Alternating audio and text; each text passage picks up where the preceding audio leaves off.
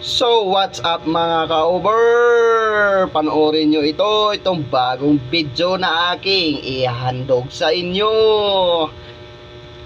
Ito ang ahas na pito ang ulo. Ito ang tinatawag noon na serpente. Totoo talaga ito. Ito ang ahas ay galing sa ibang bansa at malapit na sa Pilipinas. Alam nyo ba kung ano ang kinakain itong pitong ulo na ahas?